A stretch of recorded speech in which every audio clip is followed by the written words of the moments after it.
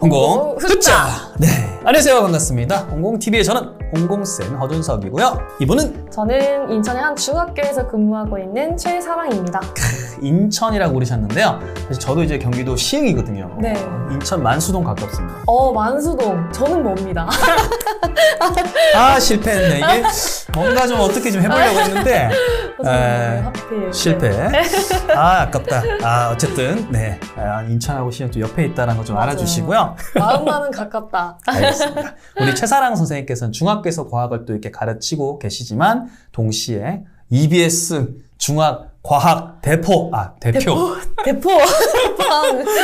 강사로서 여러분들 또 이렇게 EBS 중학 검색에서 최사랑 검색을 하면 굉장히 과학을 좀 재밌게 가르치시더라고요. 네, 재밌게 가르치려고 노력하고 있습니다. 불쇼 뭐 이런 것까지. 불쇼도 하고, 네. 뭐 노래도 부르고, 뭐 틱톡도 찍고 이러고 있습니다. 진짜 깜짝 놀랐습니다. 네, 그래서 굉장히 좀 노력하시고 창의력 있는 쌤이신 것 같아서 이번 시간에 그 창의력을 꾹꾹 담아가지고 좀 먼 방향이긴 한데 과학 시험, 네.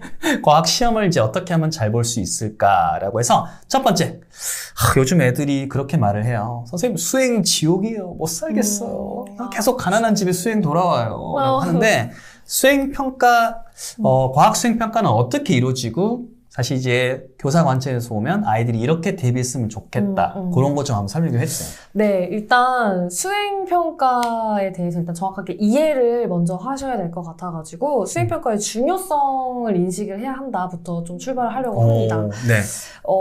이제 지금은 국가적 뭐 재난 사태에 준하는 상황이라서 지금은 이렇게 그 수행평가 반영 비율이 조금 학교마다 또 교과마다 이렇게 자유로운데 원래 기본 원칙은 현재 지금 지필평가 60%에 수행평가 40% 중학교, 6대4. 고등학교 똑같거든요. 네. 이거를 지금 기준으로 하고 있어요. 40%라고 하는 게 생각보다 굉장히 크죠. 거의 조금 못하면 절반인 거잖아요. 그렇죠. 근데 이제 아무래도 아이들은 지필평가가 60%나 되다 보니까 60이네? 더 크네? 훨씬 더 중요하네? 라고 생각을 많이들 합니다. 근데 이거를 저희가 한번 계산을 한번 해볼게요. 네. 네. 중간고사 30%, 기말고사 30%, 그리고 수행평가 40점을 합쳐서 100점 만점이 되죠. 그렇죠. 그리고 이제 중학교는 이제 등급제여가지고 절대평가여서 그 합이 90점 이상이면 A등급, 80점 이상이면 뭐 B등급, 70점 C 뭐 이렇게 해서 50점 이상이면 2등급까지, 그 이하도 2등급 이렇게 되어 있는데 근데 예를 들어서 여러분들이 정말 열심히 과학 공부를 해가지고 중간고사 100점을 맞은 거예요. 이야! 너무너무 잘했죠. 가자! 이거를 기세를 몰아서 기말고사도 100점을 맞았네. 오! 와! 완벽한 거 아니야? 100점을 받았어요. 자, 그런데 이제 수행평가 이제 40점에서 내가 조금 이제 나 뭐 시험 잘 봤으니까 수행 별로 중요하지 않으니까 하고 내가 그거를 좀 대충 준비를 해서 약간 방심했네. 약간 방심했어. 그치만 중간보다는 좀 더 잘 봐가지고 뭐 40점 만점 중에서 뭐 25점을 맞았다고 해볼게요. 그러면 반 이상은 맞은 거야. 그러면 이제 뭐 어쨌든 난 중간 기말 다 100점 맞았으니까 합치면은 뭐 당연히 A등급이겠지라고 생각을 하시겠지만요. A 아닌가? 계산을 해보면요.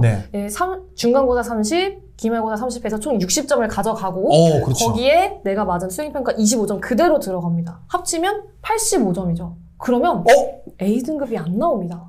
이 100이라는 약간 그게 거품이 걷어지니까 그렇죠. 30밖에 안 됐던 거네요. 그렇죠. 그래서 합치면 85점으로 B등급에 준하는 이제 등급이 나오게 되는 겁니다. 뒷목이야.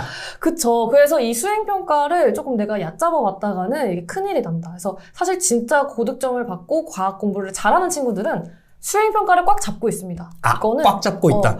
만점이라는 기준을 일단 두고 거기서 내가 뭐 지필에서 조금씩 이렇게 틀려도 만회를 해야 되는 거지 이제 수행평가를 만만하게 보면은 절대 안 된다. 많은 친구들이 오직 지필에만 이렇게 경주마처럼 달리는데 사실은 수행을 꽉 잡는 상태에서 맞아요. 그런 상태에서 지필을 쌓아 올리는 약간 그런 마인드셋이 중요하다. 그렇죠. 아하, 그렇구나. 그럼 수행평가 약간 위상 말씀해 주셨고 그럼 중학교 과학 수행평가에는 뭐 어떤 게 나와요? 뭐 옛날에 저처럼 뭐 토끼 해부를 한다든지 뭐 실험을 한다든지 뭐 이런 거 들어가나요? 아니면 그런 거랑 관계된 보고서를 뭐 채우는 거나 이런 거 하나요? 어떤가요? 이게 물론 당연히 학교마다 또 선생님들마다 다르겠지만 기본적으로 과학이라는 학문 특성상 어떤 탐구 활동이 들어갈 수밖에 없긴 한 것 같아요. 탐구. 그래서 탐구 활동을 제가 중심으로 좀 설명을 드리자면요. 네. 뭐 이게 실험이든 내가 어떤 실험 기구를 이용해서 하는 실험이든 아니면 어떤 뭐 현상을 관찰하는 거든 어쨌든 그게 다 탐구 활동이잖아요. 네. 탐구 활동을 공부할 때 이제 분명 수행평가 같은 경우에는 되게 더 범위가 좁고 세세하잖아요. 그쵸? 네. 그래서 그 탐구를 온전하게 다 이해를 했느냐 그거를 물어볼 수 있습니다. 충분히 물어볼 수 있습니다. 온전히 이해를 했느냐? 자, 그렇다면 이런 거죠. 그냥 실험 결과를 단순히 암기하는 것이 아니라 실험 준비물부터 그러니까 A부터 Z까지 다 하나하나를 왜 이 도구가 필요하며 이거를 이해를 하셔야 돼요. 그래서 첫 번째로 뭐 예를 들어 실험 준비물이 이렇게 나왔어. 그렇구나 하고 넘어가는 게 아니라 지금 왜 이 준비물을 쓰지? 이거는 이 용액은 왜 필요하지? 이거를 한번 정확하게 짚고 정리를 하고 다음으로 넘어가는 거죠. 그 다음에 이제 실험 과정도요. 네. 그냥 이렇게 실험하면 이런 결과가 나오지. 이건 이거지. 이렇게 그냥 암기를 해버리면 여기서 살짝만 실험 과정을 바꿔버리면 아이들이 헷갈려 버립니다. 그래서 실험 과정과 그에 따른 결과가 의미하는 게 뭔지를 정확하게 이제 과정 순서별로 이렇게 1단계, 2단계, 3단계별로 이해를 하는 것이 또 중요하겠고요. 네. 마지막으로 실험 결과와 결론은 사실 다르거든요. 그렇구나. 결과와 결론. 네, 결과는 그냥 단순하게 예를 들어서 이런 거예요. 뭐 원소의 그 불꽃 반응색을 이제 확인을 한다. 그럼 결과는 이런 거죠. 말 그대로 눈에 보이는 결과. 내가 뭐 나트륨을 넣었더니 노란색 불꽃이 나왔다. 리튬을 넣었더니 뭐 빨간색 불꽃이 나왔다. 이게 결과죠. 네. 그치만 결론은 뭐냐면 그러면 도대체 이 실험에서 말하고자 하는 것이 뭐냐는 거예요. 궁극적으로. 그쵸. 이 실험을 도대체 뭘 알고자 이 실험을 했으며 결론적으로 뭘 말하고자 하는 것인가. 그래서 예를 들면 결국에 서로 다른 어떤 원소들을 불꽃 반응을 시켜보면 다른 색깔이 나오네? 그래서 서로 다른 다양한 이 원소들을 구별하기 위해서 이 불꽃 반응이라는 실험을 할 수 있는 거구나. 이걸 이용하는 거구나. 구별하기 위해서. 그게 약간 핵심이네요. 그렇죠? 그렇죠. 그러니까 이 실험을 왜 하는지도 모르고 그래서 말하고자 하는 게 뭔지 모르는 학생들이 정말 중요한 걸 놓치는 학생들이 되게 많더라고요. 약간 쪽집게식으로 한 친구들은 당장 좀 얕은 문제들은 좀 굉장히 쉽게 빠르게 풀 수는 있지만 그쵸. 놓치는 것들이 수행에서는 굉장히 많겠네요. 그렇죠. 그리고 또 이 조금만 뭔가 실험의 그 과정을 좀 바꿔버리고 어떤 장치를 넣어버리는 순간 내가 외웠던 거랑 달라버리니까 답을 제대로 할 수가 없는 거예요. 그래서 준비물부터 과정과 결과 그리고 마지막에 결론까지 하나하나 뜯어서 이해를 해야 한다. 실험들은. 너무 중요한 포인트인 것 같아요. 특히 저 같은 경우에는 준비물 그거는 그냥 원래 기본 세팅 아니냐라고 생각했는데 이런 약간 변수를 통제하기 위해서 이런 게 필요하다 등등 여러 가지 이유가 있을 거잖아요. 그렇죠. 뭐 또 불꽃 반응 얘기를 하자면 불꽃 반응 실험을 확인하는 그 실험도 사실 종류가 여러 가지예요. 여러 가지인데 그 중에서 금속 선에다가 시료를 묻혀서 불꽃을 넣는데 다른 시료를 묻힐 때 염산에다 한번 넣고 그 다음에 증류수에 한번 넣는단 말이에요. 그 다음에 또 다른 시료로 이렇게 확인을 계속 해요. 자, 근데 그냥 아무 생각 없이 그럼 염산 필요하지, 증류수 필요하지 하는데 이 염산이 도대체 왜 여기다 넣어야 되며 왜 증류수 또 필요한지를 그냥 모르는 거예요. 그냥 하니까 하는 거지라고 생각하면 안 된다는 거예요. 그쵸. 근데 이 염산이 들어간 이유가 있거든요. 다른 시료들을 깨끗하게 불순물을 제거하기 위해서 그걸 써야만 하고 또 완벽하게 순수한 물질로 만들기 위해서 뭐 증류수에 한 번 더 헹구고 과정에 다 의미가 있는데 이걸 그냥 단순히 암기하면 너무 재미도 없고 어렵죠. 저도 방금 알았는데 이런 또 이게 중간중간 의미가 있네요 보니까. 네, 그쵸. 그럼 그런 것들 과정을 사실은 다 알고 있으면 사실 어떤 종류의 수행이 사실 나오더라도 거기에 대해서 자기 의견을 적거나 하면 되는 거잖아요. 그렇죠. 좋습니다. 자, 그러면 이제 수행평가 같은 경우에는 이런 식으로 전 과정에 대해서 의문을 가져보고 뜯어서 하나씩 이렇게 역산을 해나가면 좀 좋은 결과를 받을 수 있다. 네, 거기에 이제 좀 더 현실적인 약간 현장 팁을 좀 드리자면. 필기하십시오. 네, 이거는 좀 학교 선생님들이 좀 싫어하실 수도 있는데. 네. 교사에게 네. 질문을 많이 한번 해보세요. 이게 왜 그러냐면, 이게 꿀팁인데요. 지필평가 같은 경우는 시험 범위가 이미 좀 넓게 정해져 있고, 어떻게 공부해요는 조금 너무 광범위하잖아요. 이렇게 자기가 스스로 공부하는 건데, 그쵸. 수행평가 같은 경우에는 구체적인 특정 어떤 범위가 주어져요. 이미 어떤 프로젝트를 하겠다. 정해지잖아요. 정해집니다. 그러면은 선생님들은 이미 그 수행평가 문제를 출제하고 안내를 하는 거기 때문에 어떤 류의 문제를 준비하셨고 뭘 중점적으로 봐야 되고를 알고 계시잖아요. 그렇죠. 그러면은 한번 그냥 물어보세요.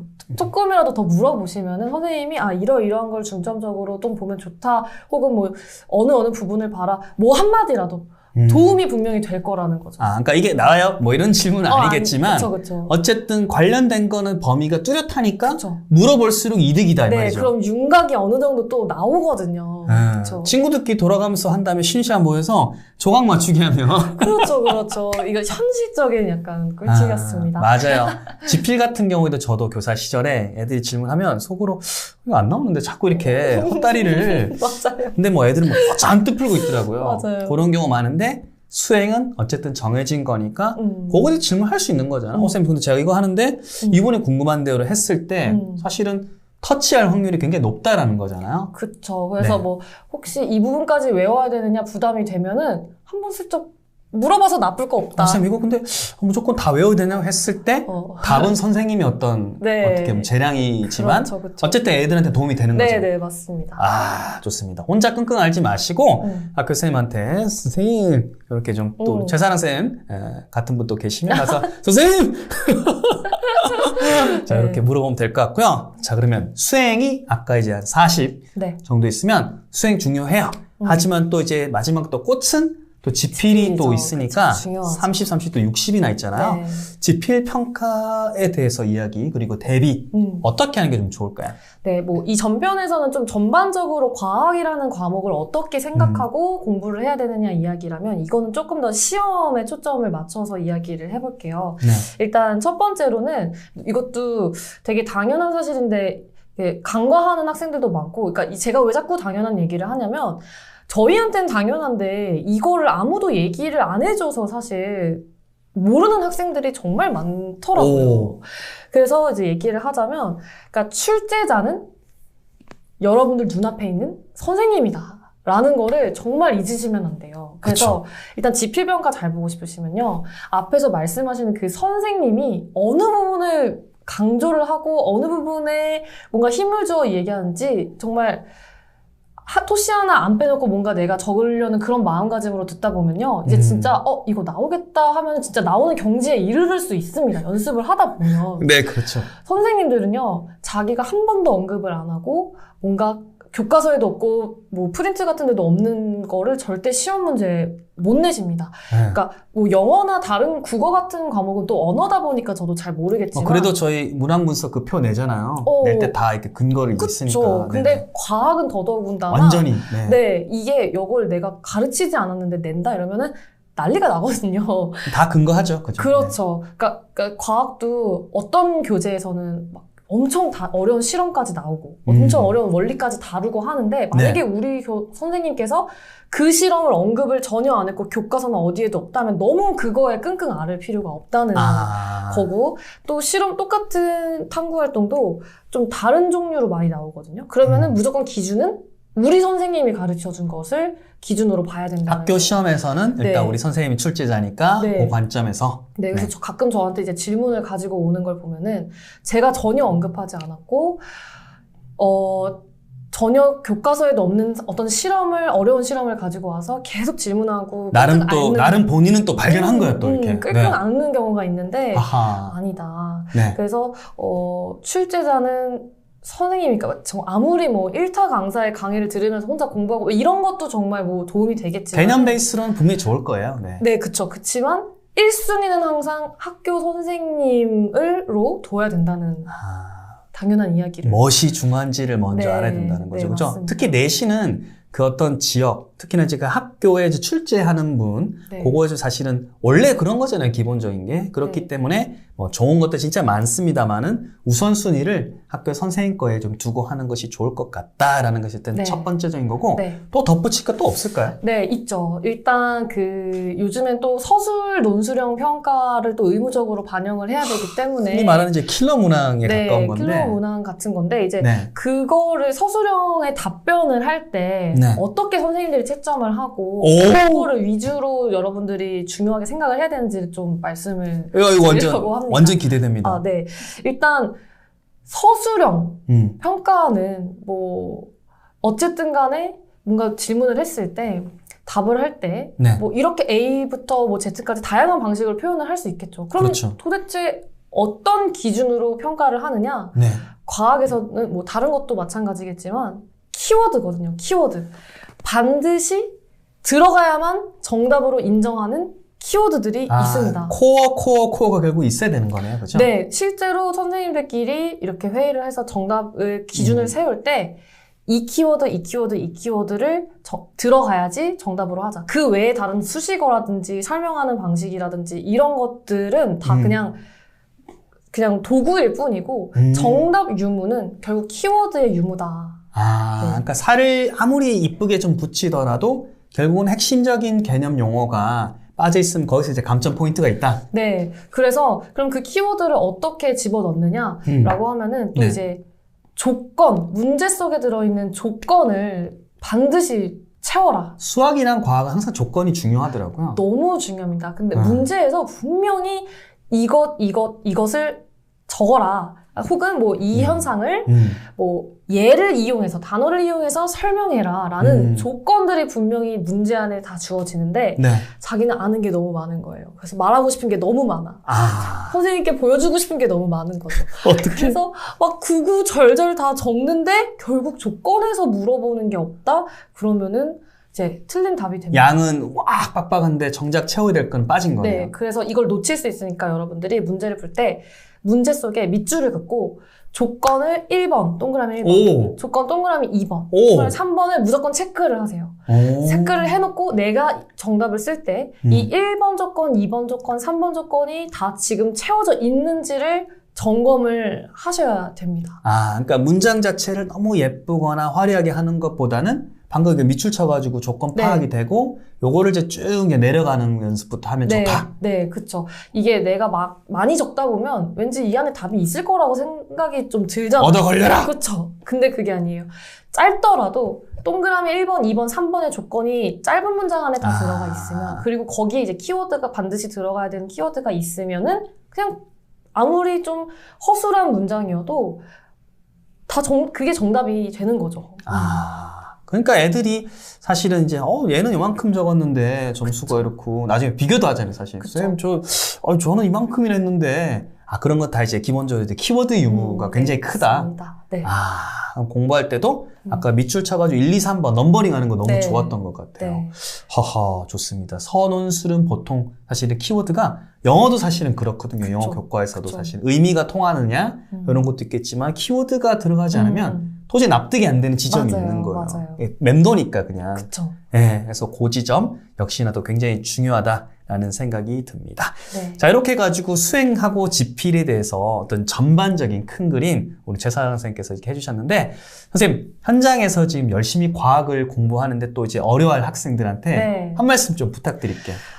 학생들에게요? 네. 자, 얘들아.